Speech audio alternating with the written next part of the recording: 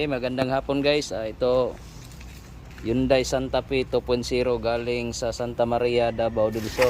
So ang issue nito, bago silang top overhaul, tapos ngayon ayaw na daw mag-andar. So pinalitan na nila ito ng rail bar assembly, camshaft sensor, crankshaft sensor, at saka yung bagong timing belt. So okay naman yung pressure ng high pressure pump, pero yung yung tunog ng makina kakaiba kapag iredondo. So subukan nating paandarin ito. Yung backlight ng fuel injector ito 4, wala namang problema. So tingnan natin. So iredondo, pakinggan natin yung andar niya. So hinila ito dito kahapon. So nagkaroon na sila ng mga diagram sa fuse box. Start.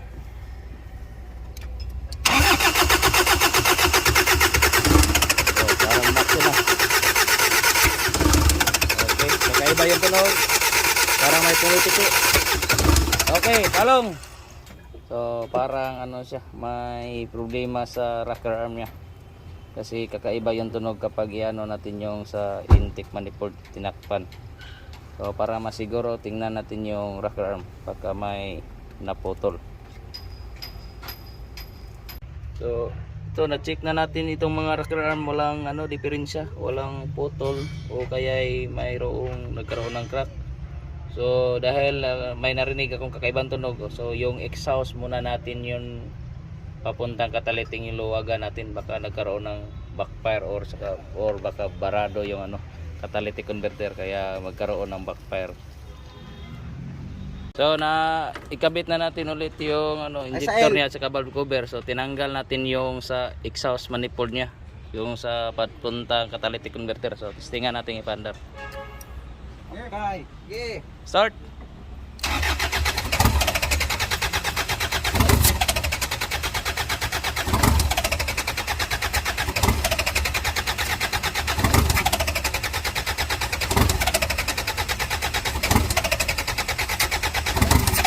May piti-piti, no?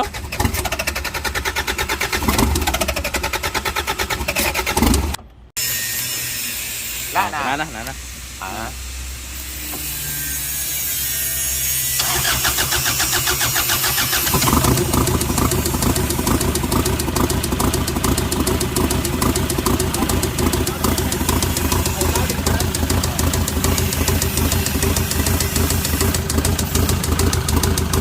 Mura magbuga na.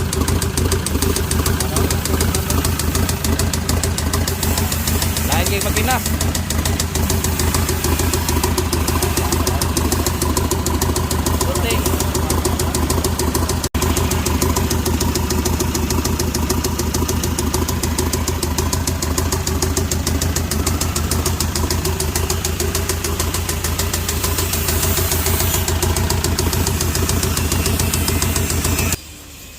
So ito guys, ito yung hindi umaandar, tapos pinalitan namin ng high pressure pump. So nakaandar na ngayon, pero ang problema, kakaiba yung tunog ng makina, tapos ang puti ng usok. So i-advise natin ito na for overhaul kasi kakaiba nga yung tunog. So guys, ay babalik natin yung ayaw mag-andar na high pressure pump para may video talaga tayo na ayaw mag-andar. Tapos ito yung tinesting natin na naka-andar siya, na kakaiba yung tunog ng makina. So ito yung high pressure pump natin.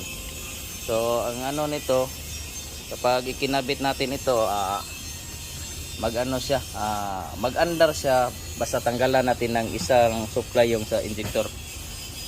Kasi short siya sa supply. So testing natin. So ito guys, ito yung high pressure pump niya, ibinalik natin. Okay, start. So ayaw talagang magandar. Malakas siya sa bleeding, pero kung may load na, ayaw na niya hindi na niya makayang i-open yung fuel injector.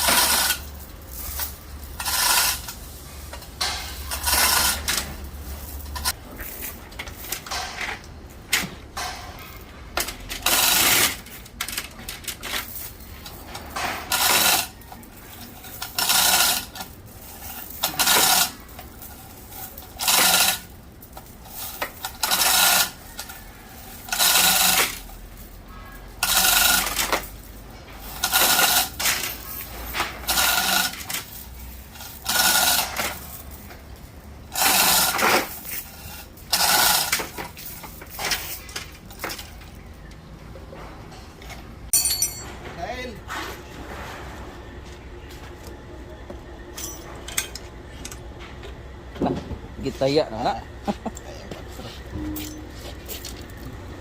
Dah, tanawan na pula.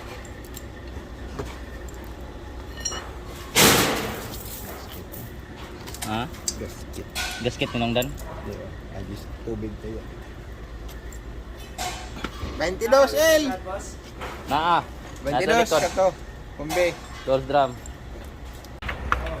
So ito na po yung problema sa tunog ng makina. So sa Conrad bearing, connecting rod bearing.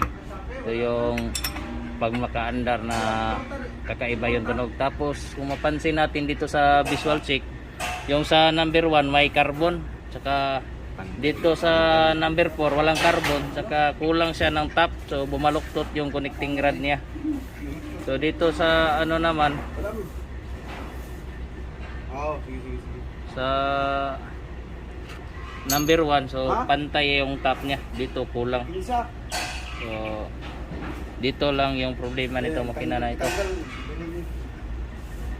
Yes.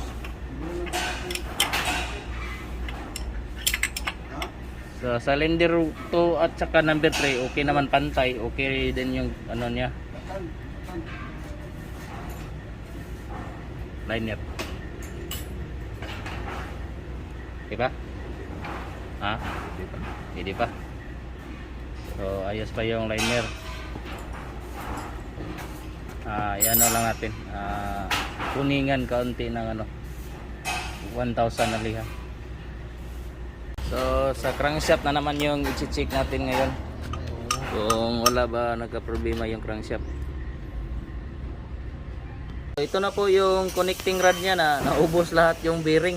Tapos yung number 4 na crankshaft niya sira talaga. Journal. So wala na yung journal. Dire nga kwan. Kapit po. Main bearing naubos na rin. So muntik nang ano. Check sa ni kay drag mo nung. So yung oil pump, i-check din natin yung oil pump, baka ito yung dahilan.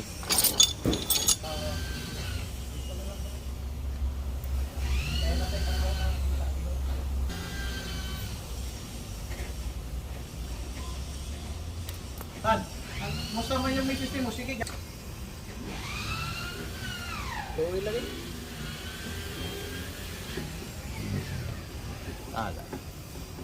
So napakagasgas na po ng oil pump. So ito yung dahilan kaya nasira yung crankshaft at saka yung ano natin, connecting rod, kasi hindi naman masisira yung mga bearing natin kung okay yung bomba natin sa oil. So di na rin ako magpapalit ng ano nito, surplus. So brand new na ako diretso kapag ganitong sitwasyon. So bili tayo ng assembly na oil pump. Pangalan na to. Oil pump. So ito po yung liner niya. So ngayon na natin nakita lahat na nabaklas na. So sira din pala yung liner. Sa sulod ba din? Laro gas-gas. Okay.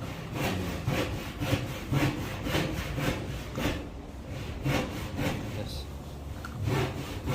Ayan na, ayan sa likod. Ano resulta? So yung resulta na kapag sira yung oil pump natin, so sobrang hina ng pressure, so magkaganito yung mga main bearing natin. So ito sa main bearing. So yung sa number 4 na connecting rod, naubos na lahat talaga, kinain na ng ano, kaya nasira yung crankshaft. Main bearing ya pre. Ito yung sa main bearing.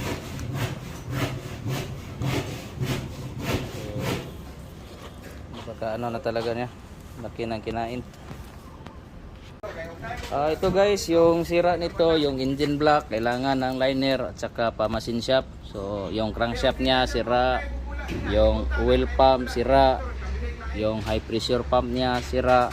So mas mabuti pa siguro na mag ano na lang, change engine para may spare na naman siyang mga pisa. Kasi may history na rin kasi ito sa overheating. So pero yung dahilan talaga ng pagkasira nito, ito yung ano niya, yung sa oil pump.